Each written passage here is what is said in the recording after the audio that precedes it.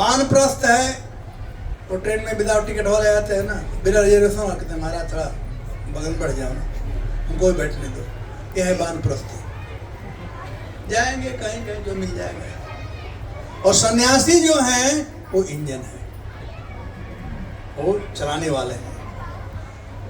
ये शब्द जो सन्यास है, सन्यास शब्द का दो अर्थ होता है, संन्यास इति संन्यास और सत्न्यास इति संन्यास। सत का मतलब होता है भगवान और न्यास मतलब स्थित हो जाना।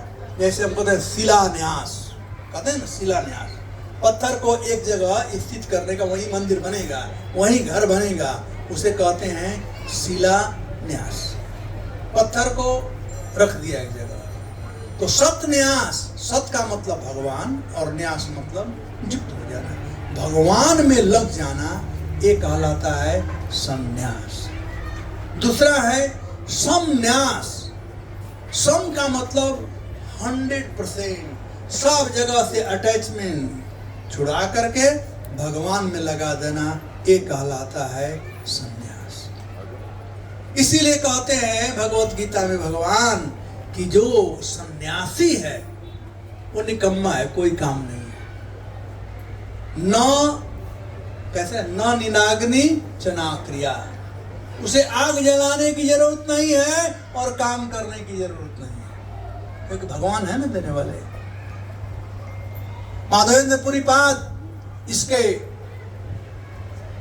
प्रचलित उदाहरण है। ब्रज में गोविंद कुंड के बगल में माधवेंद्रपुरी पाद रहते थे। वहां पर वे भगवान का अहर्निश नाम करते थे, भगवत प्रेम में निमग्न रहते थे। अपने भोरण पोषण के लिए न तो चूल्हा जलाते थे और न तो कहीं पर कुछ भिक्षा मांगने जाते थे।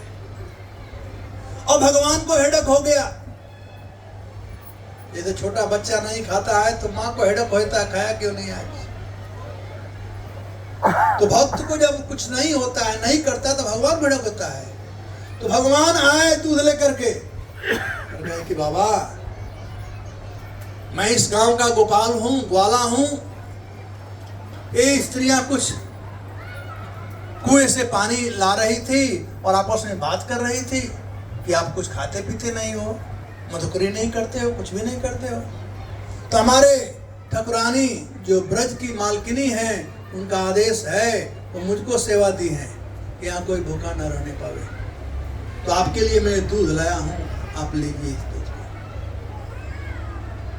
माधवेंद्रपुरी पाद वह सन्यासी थे जिसके लिए भगवान श्री कृष्ण स्वयं दूध लेकर के आए। और एक कथा आपको यही विराम करो, तो लंबा कथा है। और वे गोपाल जो दूध लेकर के आए, वे और कोई नहीं है, ये हैं स्नान जी, नाथ द्वारा वाले है ना, ये हैं नाथ द्वारा वाले स्नान जी। यही माधवेंद्रपुरी के लिए लेकर के आए थे। और माधवेंद्रपुरी जतिपुरा में इनका स्थापना कराए थे। बाद में वल्लभाचार्य उनको लेकर के यहाँ पर आए।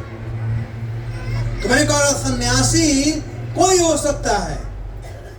सन्यासी का मतलब सत्न्यास, भगवान में लगना, चाहे ब्रह्मचारी हो, चाहे गृहस्थ हो, चाहे वानप्रस्थ हो, चाहे सन्यास, कोई भी हो।